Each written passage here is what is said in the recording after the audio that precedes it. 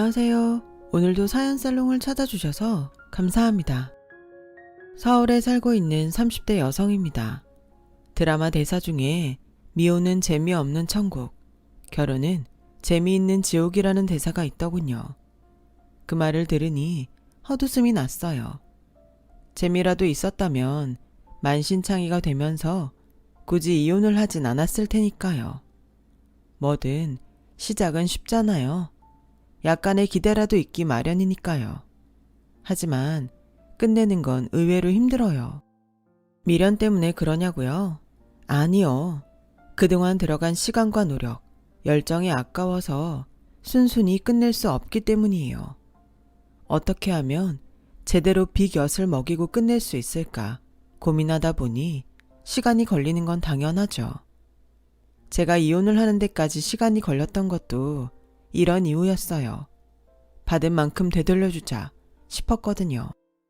제가 남편과 처음 만난 곳은 20대 중반 3년간 다니던 회사를 그만두고 이직한 회사였어요.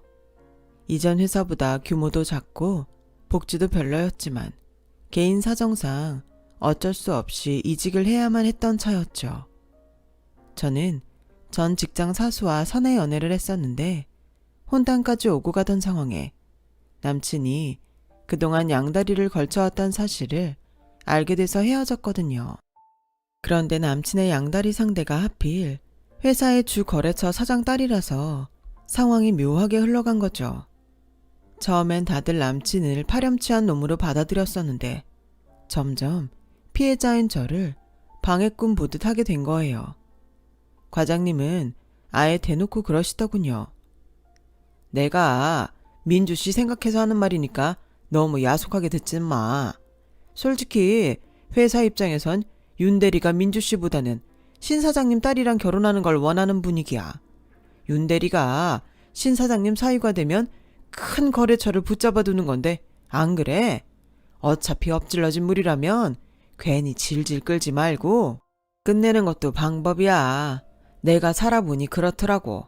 윤 대리가 죽일 놈인 건 맞지만 당장 회사에 득이 되는 사람은 민주 씨가 아니라 윤 대리니까. 내 말 무슨 뜻인지 알겠어? 결국 저보고 회사를 나가란 소리였죠.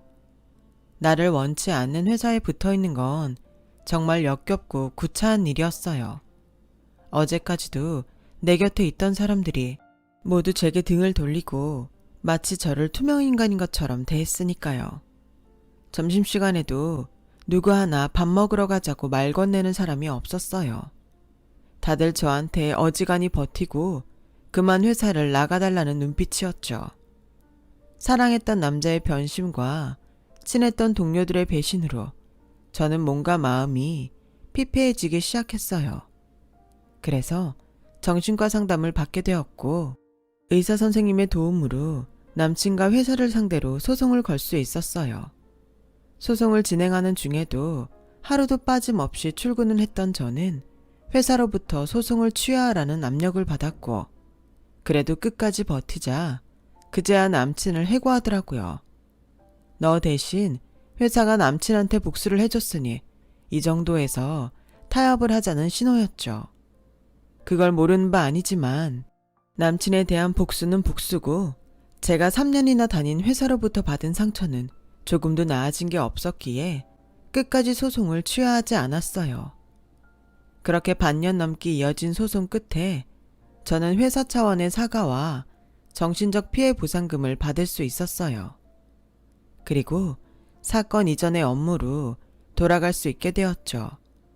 하지만 사람 감정이란 게 법원 판결이 끝났다고 해서 그간의 일이 없었던 것처럼 깔끔하게 지워지나요?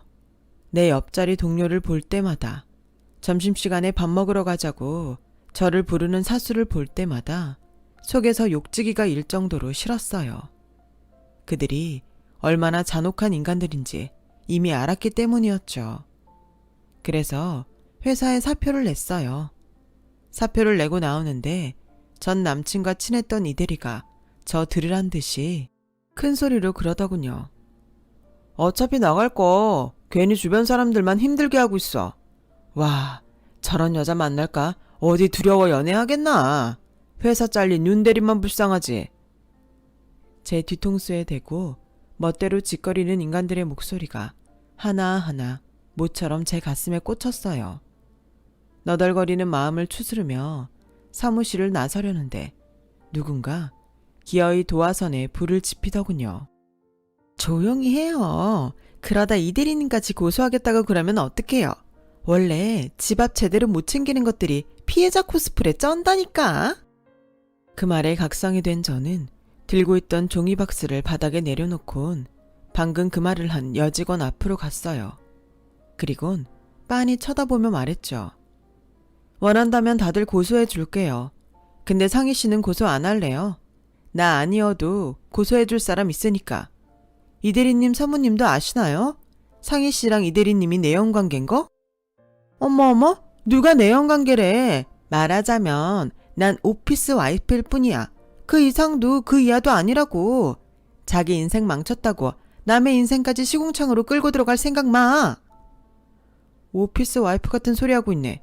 회사에 그딴 게 왜 필요해? 아침마다 칼각 세워가며 다림질한 와이셔츠 입혀 출근시키는 와이프가 엄연히 집에 있는데 오피스 와이프 따위가 뭐가 필요해? 은근슬쩍 스킨십 해가며 야근 핑계 대고 모텔 드나드는 게 오피스 와이프? 이봐요, 전상희 씨, 정신 차려요. 그런 걸 보고 불륜이라고 하는 겁니다. 그러니까 남의 상처 후벼 팔 생각 말고 앞으로 개망신 당할 당신 미래나 걱정하라고요. 알았어요? 생각 같아선 그동안 회사에서 벌어진 온갖 추잡한 일들을 다 까발리고 싶었지만 이런 인간들과 한시도 더 함께 있고 싶지 않아서 그대로 사무실을 나왔어요. 다른 부서에 있는 친한 동기한테 들었는데 얼마 뒤 이대리 부인이 회사로 찾아와 상희 씨 머리채를 잡는 사건이 있었다고 하더군요. 야근을 한다던 남편을 위해 아이와 함께 간식을 들고 회사에 찾았던 이대리 부인은 경비 아저씨로부터 그 부서는 거의 야근을 안 한다는 얘기를 들었던 거죠. 업체에 부탁해 남편의 뒤를 밟았다가 두 사람이 모텔에 드나든다는 걸 알게 된 거예요. 꼬리가 길면 언젠가 밟히는 법이니까요. 아무튼 전 회사에서 안 좋게 퇴사한 저는 한동안 상담 치료를 받고서야 어느 정도 일상생활이 가능할 정도로 회복할 수 있었어요. 그리고 지금의 회사에 재입사하게 되었어요. 이직 후 회사에서 본 남편의 첫인상은 그저 그랬어요. 좀 더 솔직히 말하면 눈에 띄지도 않았어요. 평범해도 너무 평범한 사람이었거든요. 업무 능력도 그다지 돋보이지 않는 평범한 직장인 수준이었죠. 윗사람이 시키면 하고 안 시키면 손 하나 까딱 않는 사람이었어요.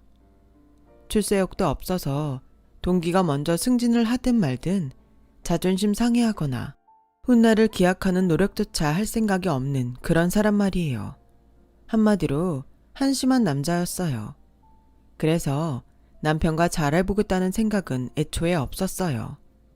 아무리 잘난 남자가 싫다지만 그래도 못난 남자는 더 싫었어요. 전 회사에서 잘 나가던 남자랑 사내 연애를 하다 된통 당한 덕에 잘난 남자 트라우마가 생기긴 했지만 그래도 자기 인생을 가꾸지 않는 사람은 매력이 없으니까요. 그런데 제 안중에도 없던 남편이 제 눈에 들어오게 된 사건이 생겼지 뭐예요. 바닥이 좁다 보니 전 직장에서 있었던 제 소문이 이직한 회사까지 들리는 건 시간 문제더라고요. 입사한 지 석 달쯤 됐을까요?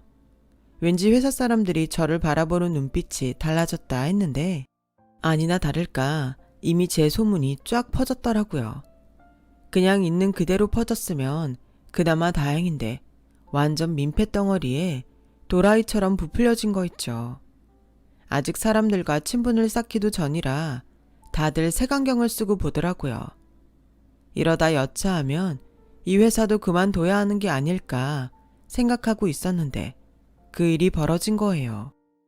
점심시간에 여직원들이 탕비실에서 제 뒷담화를 하고 있었는데 하필 제가 그걸 듣고 만 거였죠. 전 회사에서 완전 또라이였더라니까. 내 친구가 민주씨랑 같은 부서에 있었는데 가관도 아니었대.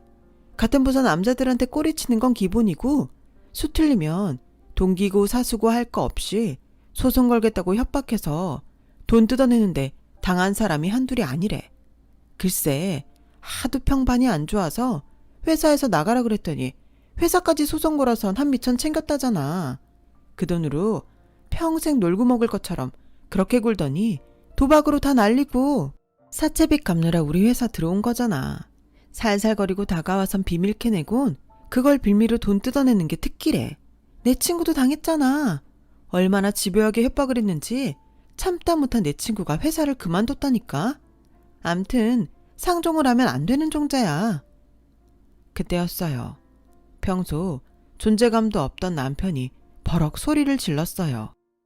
이자은 씨, 그 말 책임질 수 있어요?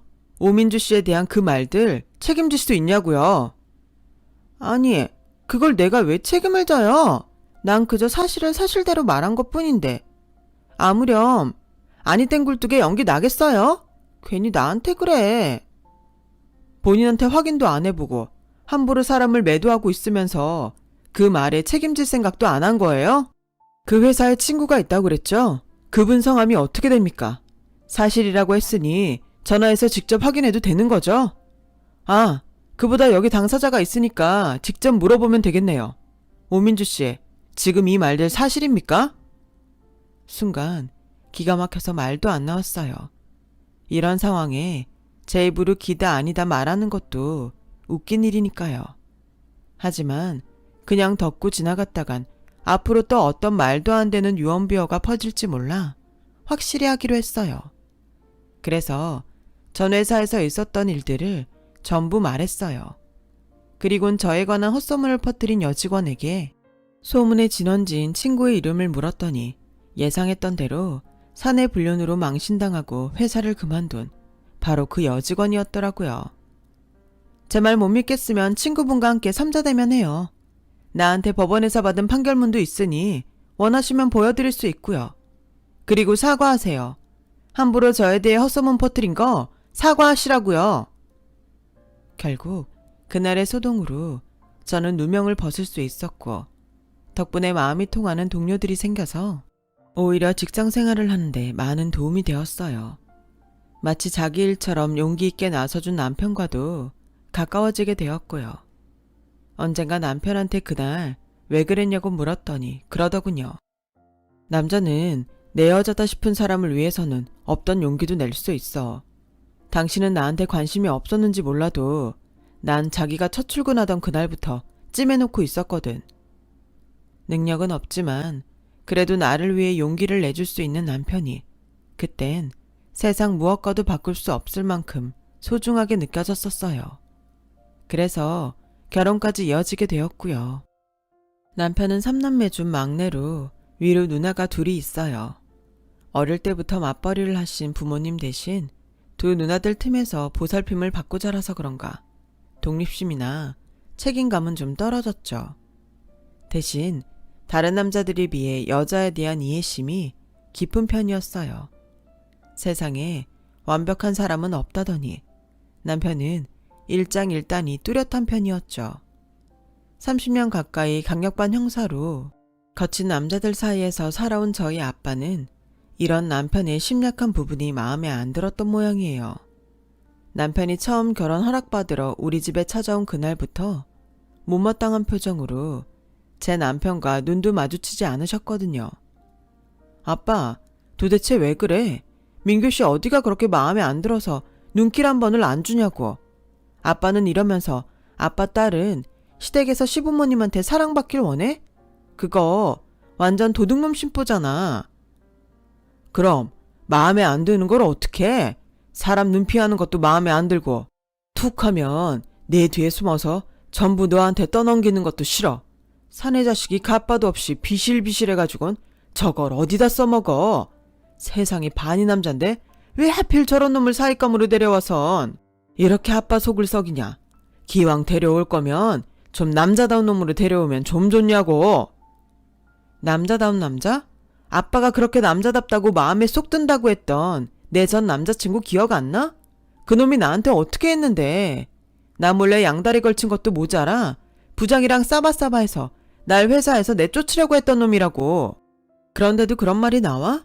남자다운 거? 그깟 게 뭐가 중요해? 난 남자답지 않아도 좋으니까 나 안 속이고 믿을 수 있는 그런 남자면 돼. 그러니까 내 앞에서 더는 그런 소리 하지 말라고.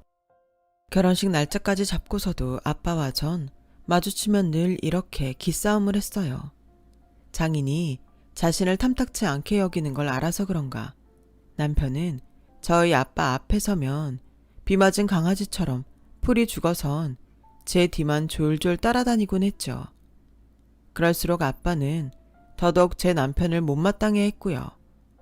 비록 사위와 장인 간의 사이는 그닥 좋지 않았어도 사위 사랑은 장모라고 엄마와 제 남편은 사이가 좋았어요. 엄마가 제 남편을 많이 챙겼거든요. 홍삼이며 공진단까지 바리바리 챙겨서 먹이는 건 물론 사위가 좋아하는 반찬 챙기기 바쁘셨어요. 어느새 사위한테 엄마 사랑을 뺏긴 아빠는 불만이 더 커졌고요. 그러는 사이 결혼식은 코앞으로 다가왔고 결혼 휴가를 앞두고 미리 끝내야 할 일들로 눈코 뜰 새 없이 바쁜 나날을 보내야 했어요. 그래서 주변에 눈 돌릴 틈이 없었죠.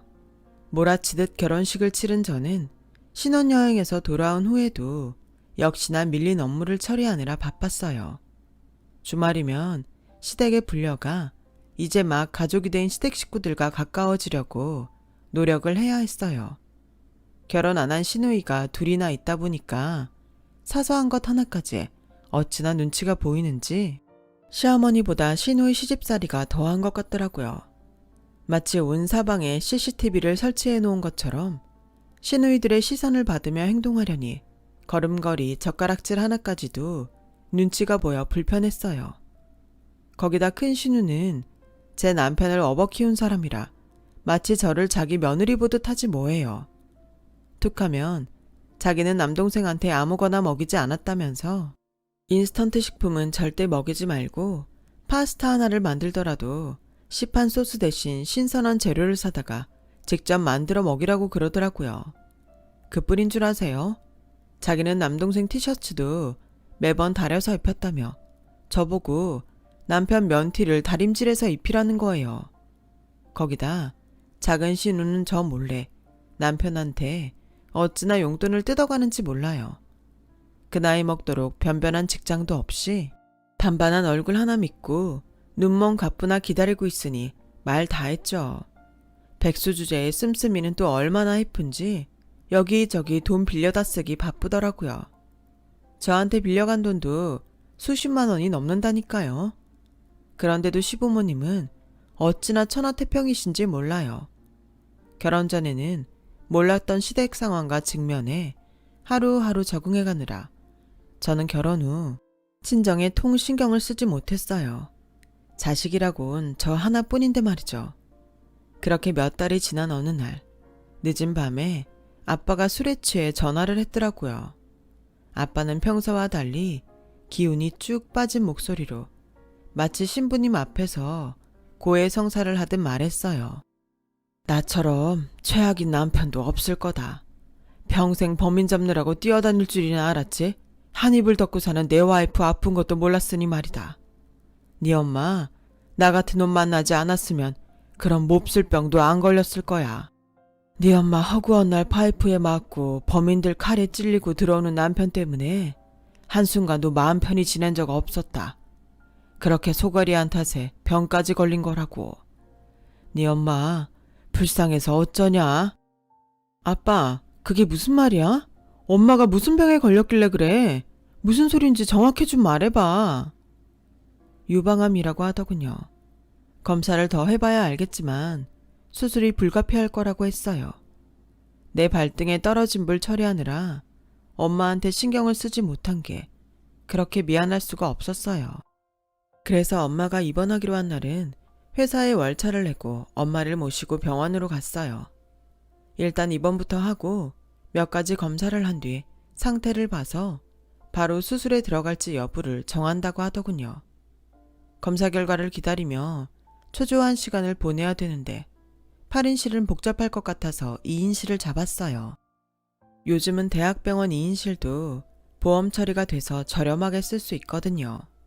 게다가 엄마 앞으로 실비보험까지 다 드러나서 비용 걱정도 덜 했고요. 그런데 퇴근 후 병원으로 온 남편이 2인실에 있는 엄마를 보더니 대뜸 그러는 거 있죠. 자기가 형제가 많아서 나눠내는 것도 아니고 우리가 병원비 독박 쓰게 될 게 뻔한데 2인실이 말이 돼? 당장 돌아가실 것도 아닌데 저렴한 8인실로 하지 그랬어. 병원비를 어떻게 감당하려고 그래? 자기야, 무슨 말이 그래. 그러니까 자기 말은 우리 엄마가 빨리 죽을 거 아니니까 싼 방에서 지내게 하라는 거야, 뭐야. 장모 병원비 내는 게 그렇게 아까워서 몸은 좀 어떠시냐는 인사도 하기 전에 돈 얘기부터 꺼내는 거냐고. 자기 부모라도 그렇게 말하겠어? 우리 엄마가 자기한테 얼마나 잘해줬는데 이럴 수가 있어. 누가 걱정 안 된대. 그치만 상황이 좀 그렇잖아. 됐어. 돈 문제라면 걱정 마. 안보험이며 실비까지 엄마 앞으로 충분히 드러났으니까 당신 보고 돈 내란 소리 절대 안 해. 그러니까 우리 엄마 목숨 가지고 계산기 때리지 말라고. 아픈 장모한테 위로는 못할 망정 병원비 타령부터 하는 남편이 그렇게 야속할 수가 없었어요. 보험이 다 들어있다는 말에 남편은 그제야 편안해진 얼굴로 장모님 상태는 어떠냐고 묻더군요. 힘든 순간에야 진정한 내 편을 가릴 수 있다더니 그 말이 딱이었어요. 엄마의 암 진단에 돌변하는 남편을 보니 오만 정이 다 떨어지더군요. 검사 결과 상태가 심하지 않아서 일단 항암 치료만 진행하기로 했어요. 한동안 입원 치료를 해야 해서 저는 회사에 양해를 구하고 휴가를 냈어요. 바쁜 아빠를 대신해 처리해야 할 병원 일이 많아서 어쩔 수 없었죠.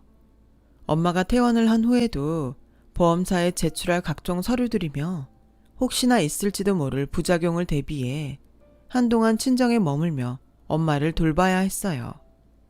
다행히 별 탈 없이 치료가 진행돼서 몇 주 뒤 집으로 갈 수 있었죠. 집에 돌아와 보니 저 없는 사이 남편 혼자 지낸 탓에 집이 엉망이더라고요. 내 몸도 천근만근인데 집에 돌아오자마자 청소부터 하려니 짜증이 났어요. 내가 아들을 키우려고 결혼을 한 건 아닌데 어떻게 된 게 내 한 몸 지내는 것보다 배로 힘들어진 것 같더군요. 게다가 퇴근한 남편은 저를 보자마자 저녁 반찬은 뭐냐고 묻지 뭐해요. 그동안 배달 음식으로 때워서 집밥이 그립다나요? 순간 열이 확 오르더군요. 자기야, 자기는 손이 없어 발이 없어? 자기는 청소랑 빨래 안 해? 설마 나 올 때까지 손 놓고 기다리고 있었던 거야? 밥하고 빨래하라고? 배달시켜 먹은 일회용 용기 정도는 재활용통에 넣을 수 있잖아. 어쩜 손 하나 까딱 않고 먹은 자리에 그대로 둘 수가 있어? 어쩜 집안에 구더기가 닦이도록 이러고 둘 수가 있어? 그래놓고도 반찬이 뭐냐는 소리가 나와? 내가 뭘 잘못했다고 그래? 자기가 집에 없으니까 그런 거지. 나도 회사 일 하느라 바쁘다고. 그동안 나 혼자 얼마나 힘들었는데 미안하다는 말은 않고 성질이야. 막말로 우리 엄마가 아파서 당신이 병수바라고 온 거 아니잖아. 근데 왜 이렇게 생색이야? 자기 엄마잖아. 가정주부가 집 비우고 나갔다 왔으면 미안한 줄 알아야지. 왜 자기가 큰 소리야. 아, 이럴 줄 알았으면 큰 누나가 밥 먹으러 오랄 때 갈 걸 그랬어. 자기 온다길래 기대하고 왔더니 이게 뭐야? 먹을 것도 하나 없이. 빈말이라도 장모 건강은 어떤지 물어볼 생각도 않고 지 배에 들어갈 음식만 생각하는 철없는 남편을 보니 이 남자한테 뭘 더 기대하랴 싶었어요. 게다가 말끝마다 네 엄마 내 엄마를 따지는 걸 보니 왜 사람들이 남편을 남의 편이라고 하는지 알겠더군요. 서운한 마음을 넘어 절망에 가까운 감정에 휩싸였어요. 아마 그때부터였던 것 같아요. 이혼을 생각했던 건 말이죠. 어느덧 엄마 병세도 차도가 보이고 병원에서도 이런 상태라면 완치도 가능할 것 같다는 얘기를 들었어요. 그렇게 안정을 찾아가던 어느 날 회사 업무차 외근을 나왔는데 남편이 전화를 했더라고요. 어머님이 쓰러지셨다며 당장 병원으로 오라더군요. 그래서 부랴부랴 병원으로 달려갔더니 신경성 복통이라는 거 있죠. 수액 맞고 바로 퇴원하시면 된다고 하길래 안심을 했는데 글쎄 남편이 기를 쓰고 입원을 해야 한다고 우기지 뭐예요. 그것도 1인실에요. 자기야, 의사 선생님도 굳이 입원할 필요 없다고 하는데 왜 고집을 부려? 게다가 1인실이 웬 말이야? 왜? 우리 엄마는 1인실에 입원하면 안 돼? 자기도 알잖아. 우리 엄만 사람들이랑 부대끼는 거 엄청 싫어하는 거. 신경성 복통인데 사람들 바글거리는 다인실에 어떻게 모셔? 돈 때문에 그러는 거면 걱정하지 마. 자식이 셋인데 그깟 병원비가 문제겠어? 그러니까 당신은 걱정 말고 일단 입원 수속이나 해줘. 암에 걸린 저희 엄마는 8인실이면 충분하다던 인간이 지 엄마 아프니까 1인실부터 잡으라고 난리더라고요. 찰떡선이 없는 둘째 시누이는 1인실 어메니티인 록시단 목욕 세트를 보고는 간호사를 붙잡곤 한 세트만 더 달라고 떼를 쓰지 뭐예요. 황당한 표정의 간호사 앞에서 어찌나 창피했나 몰라요. 그렇게 기어이 1인실에서 이틀을 보낸 시어머니는 퇴원을 하게 되셨어요. 그런데 어머님 앞으로 들어놓은 보험이 하나도 없어서 병원비가 엄청 나왔지 뭐예요. 거기다 1인실은 보험도 안 돼서 특급 호텔 숙박비만큼 병실비가 나왔더라고요. 가관인 건 그 다음이었어요. 며칠 뒤 해외 출장 갔던 큰 신우가 돌아왔어요. 그런데 미쳤어? 무슨 복통에 입원을 해? 그리고 일반 병실도 아니고 1인실? 난 그 돈 못 내. 그리고 올케는 생각이 있는 거야 없는 거야? 쟤야 원래 그런 놈이다 치고 올케까지 철없이 굴면 어쩌냐고. 암튼 두 사람이 저지른 일이니까 나한테 돈 달란 소리 하지 마. 누굴 호구로 하는 거야 뭐야?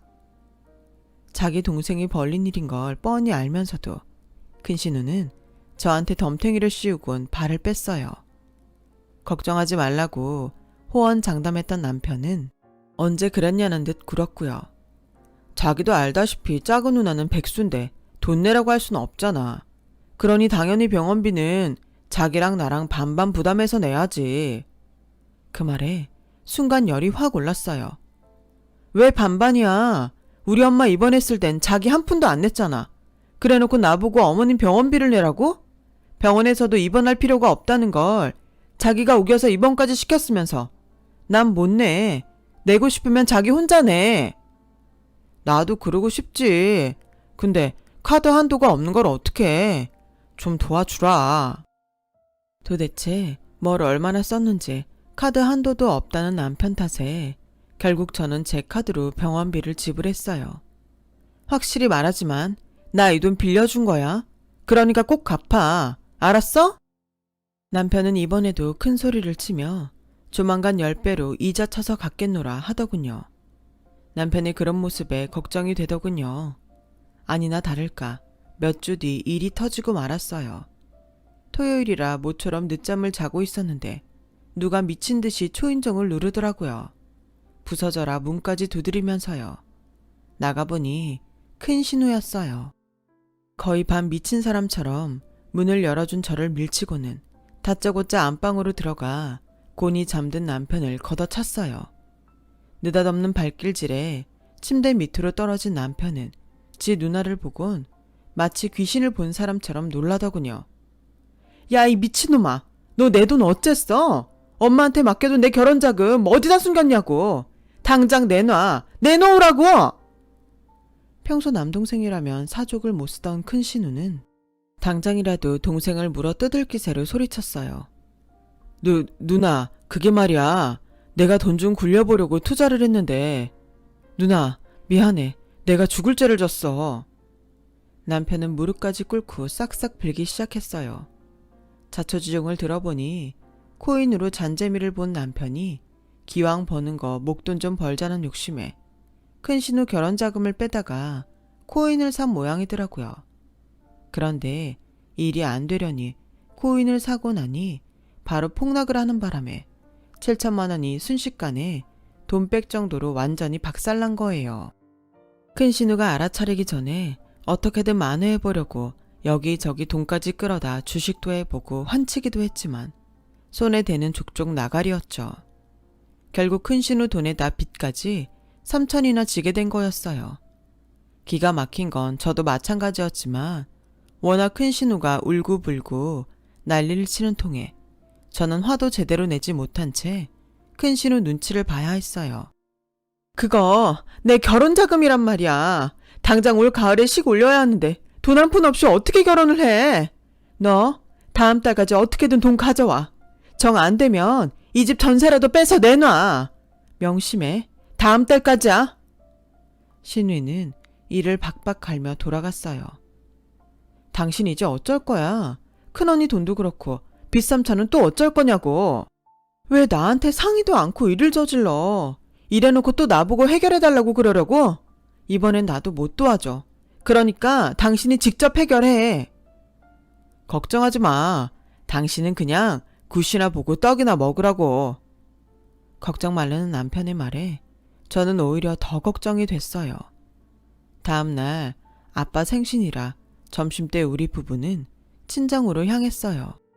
그런데 그날따라 남편이 저희 엄마 옆에 딱 붙어선 속닥거리지 뭐예요. 물론 평소에도 사이가 좋았던지라 그러려니 하긴 했는데 그날은 유독 남편이 말이 많더라고요. 아빠 생신상이 다 차려지고 다들 식탁에 둘러 앉았어요. 케이크에 촛불도 끄고 막 수저를 들려는데 남편이 대뜸 그러는 거예요. 근데요, 장모님, 보험금이 얼마나 나왔어요? 몇천 되죠?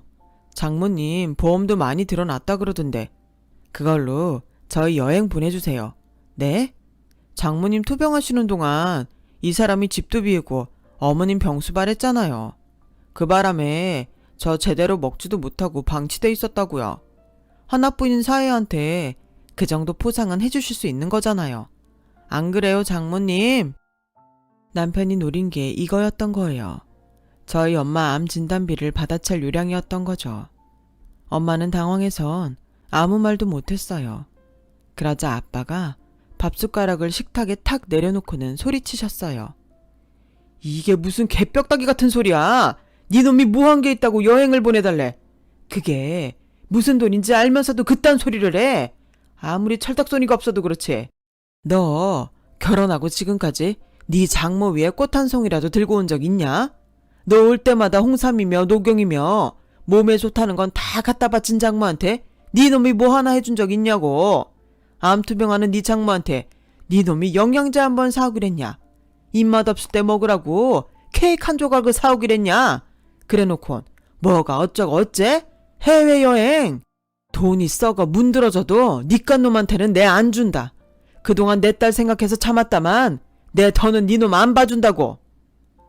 그러자 남편이 투정 부리는 아들처럼 볼멘 소리로 그러는 거예요. 장모님이 그 돈 안 주시면 저 죽어요. 저희 누나한테 맞아 죽고 차차업자한테 끌려가 죽는다고요. 장모님, 그 돈 저 좀 주세요. 아니, 빌려주세요. 그러면 제가 몇 배 이자 쳐서 갚아드릴게요. 제발요. 결국 남편은 저희 아빠 앞에서 이실직고를 하게 되었고 보다 못한 아빠는 당장 이혼하라고 소리치셨죠. 정신 차려 이놈아. 머리에 똥만 차선 그 나이 먹도록 지 누나랑 와이프한테 패만 끼치고 사는 놈이 뭘 해서 네가 그 돈을 만회해. 어림도 없다 이놈아. 내가 형사생활하면서 너 같은 놈들 한두 번 겪는 줄 아냐? 입만 열었다 하면 거짓말해. 사고 쳐놓은 뒷소습은 나 몰라라 하고 결국 주변 사람들만 힘들게 하는 놈들 그거 죽을 때까지 못 고친다. 난 더 이상 너 같은 놈한테 내 딸 맡길 수 없으니까 당장 이혼해.